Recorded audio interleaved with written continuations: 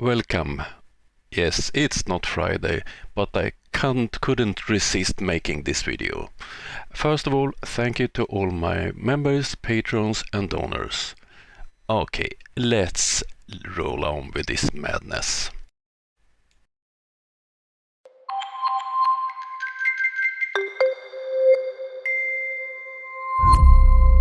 Today we will have a look at one of Level Earth Observer's latest video, and it was on a topic that I couldn't resist, and I think this video is so funny. Leo succeeds this time to prove the globe once again, and in a topic that I'm well trained in. Okay, let's start his video. I will stop it several times and comment on it. Okay, let's go. This is an animation of the supposed GPS satellite network put in place in 1993 by the US military, showing how many supposed sats are visible at one point in time. Let me just pause that. Now we know this is incorrect anyway. One, because the globe's scientifically impossible. Not a good start on the video, Leo. The first navigation satellite was launched by the US in 1959, and the first system that was named Transit was in full operation 1964. And the GPS system, the latest system, it was started in 1979 and was in use in the 80s. It was completed with great coverage 93. So, and one more thing, this is not the only system in the world. You have Russian, Chinese, European Union, and so on. So this is not only the US. And two, because if this was true, in this representation, i.e. satellites going around a ball, then the US military by now would have a similar system from space offering space radar. They don't. And as usual, Leo is wrong. US have this type of system and other nations have it too. But it's this some problems to use it that way that I think Leo wants them to use it. Okay, let's listen more of his stupidity. Which is bizarre considering the benefits not only for military but for civilian, given the amount of planes that seem to keep getting lost and never found. That in itself proves there's no radar detection from space. There are civilian radar satellites mainly used for scientific purposes.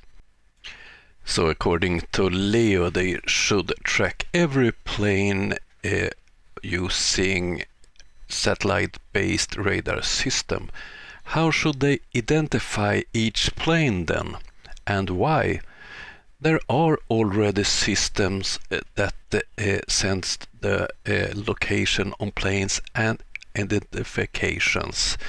They are transponders in every commercial plane. But you have errors in system, and in some cases the transponder has been shut off when plane disappears. And is planes disappearing all the time? Seriously? Okay, let's move on with this stupidity. It comes from aircraft, and I'm going to show you. The US Navy is going to show you. So if this was real, what we see on our screen in the so-called GPS form of satellites going around a ball, then the US military would no doubt have a radar system in place now which protected their forces in hostile lands or at sea. Common sense tells you that. And of course the benefits from that go right through the ranks, civilian, military, I mean the list goes on and on. To have coverage all over the world with the same resolution as in the system used today, how many satellites do you think US would need, Leo? Or should the satellites follow the fleets around the globe? And this is what gives it away. The E-2 Hawkeye and the US Navy's dependence on this 1960s propeller plane. Essentially, the US Navy's early airborne warning and control system comes from this plane, a 1960s propeller plane. You would have thought by now, if this constellation, GPS constellation, was put in place in 93 and keeps getting updated supposedly, then you would have a radar constellation put in place now to protect your military. You certainly, if you're the almighty force that is the American military and all the things they've said are true, you certainly would not be relying on 1960s propeller planes as your early warning defense system for your naval fleet. You'd have an early warning system of satellites which could see all round the globe. But no, they have to rely on 1960s aeroplanes as their early warning defense system. Rather revealing, lads. The fact that it's developed in the late 50s and released in the 60s don't mean that they use plane built in the 60s. These have been constantly developed, both the plane itself and the equipment. The equipment on this plane is state of the art. It's the latest technique. And why do they use, quote unquote, a old plane? It's well tested. They know its function. In military, you need to be able to trust the equipment. I think it's the same with your tower crane, Leo. Do they constantly make new types of tower cranes? Or is it basically the same type of crane that they used 30 years ago with small developments? I think it's the same in a tower crane. They don't need a fast jet. This plane is to be close to the naval forces and can stay up in difficult weathers and so on. So, it's a great plane for the purpose. But the most important question Leo avoids. Why do they need a plane to have an early warning system? I will come back to that question later on in this video. On all the aircraft carriers, you'll see the number one plane that gives it away. There'll always be 4. There's 4 on every aircraft carrier, some at the other end. Look at that aircraft carrier, Leo. They have several radar systems and it's very powerful systems. And why do they need them if they have an early warning system in planes? And why are the radar antennas at the top of the ship? Leo, have you any explanation? But that is your airborne early warning system. They're on all the aircraft carriers.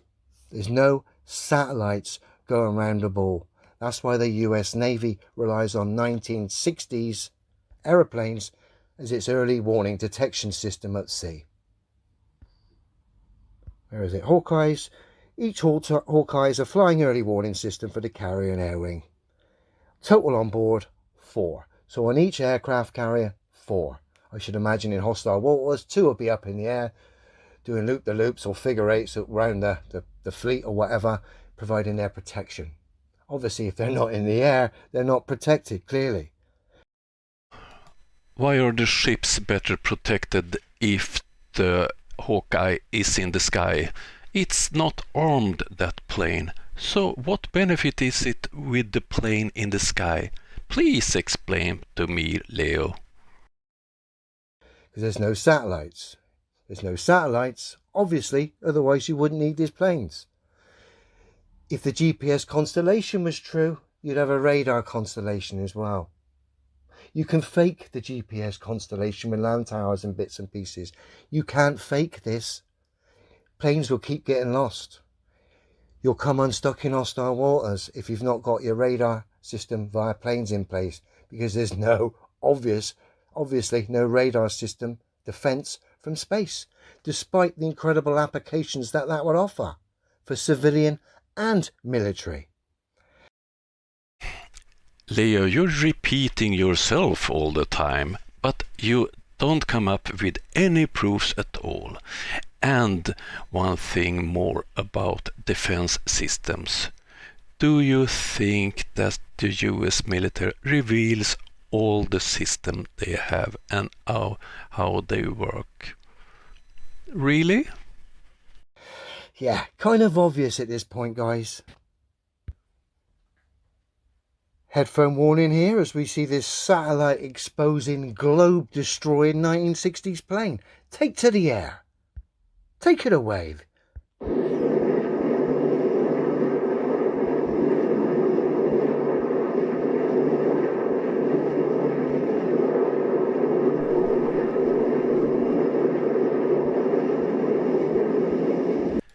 Leo, you made a great choice of topic for this video, radar, which is something that is a flat earth killer without any doubt. Hawkeye and other airborne radar system is crushing the flat earth totally. So thank you, Leo, to bringing this up in your video. Okay, let's start to look a bit more on that. Okay, let's start with reality instead of Leo's fantasies. Leo chose aircraft carrier and their Hawkeyes as flying early warning system. So we stick to aircraft carriers. This is USS Gerald R. Ford. Have been in service since 2017, so it's quite modern, or very, very modern. It's equipped with several different radar systems and other sensors for spotting airplanes, spotting ships, spotting robots, for guiding their own planes to land, and for self-defense systems on the ship. If we zoom in and have a look, all radars are placed as high as possible on the ship. And why is that? The explanation is very simple. Radar have a horizon. And that's not speculation, that's facts. Okay, Leo don't understand that part, but when did you see a tower crane equipped with a radar? I'm sure that Leo never used a radar in his whole life.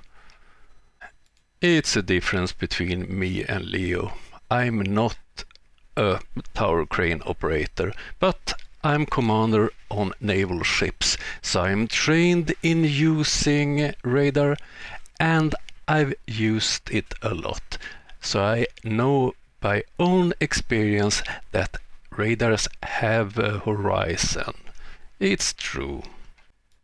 So to get the longer range for the radars, you place the radar as high as possible on ships.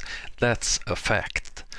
And it's also the explanation why military use Awac planes like the Hawkeye on the aircraft carriers. it's to see further away. On a flat Earth, this makes no sense, the need of this type of planes, because on a ship on a flat Earth, you wouldn't have this type of limitations, because it's much easier to place a big powerful radar on a big ship than in an airplane. But in reality, the horizon is the limit, and that's why we need this type of planes on a globe. So, Leo, it was a bad choice to choose this as an example of things that you think proves that the Earth is flat. UK have lost lives because of the radar horizon and the lack of ice in the sky. If you look at the Falklands War and read about how the Argentinians was able to sink UK naval ships there, it was because they were using the radar horizon and hide behind it. So the UK ships didn't have an early warning that robots was on the way. For me as a naval officer, it's life and death knowledge to know about how a radar works and how it functions, their limitations, and about a radar horizon. I don't think it's a life and death matter for a tower crane operator.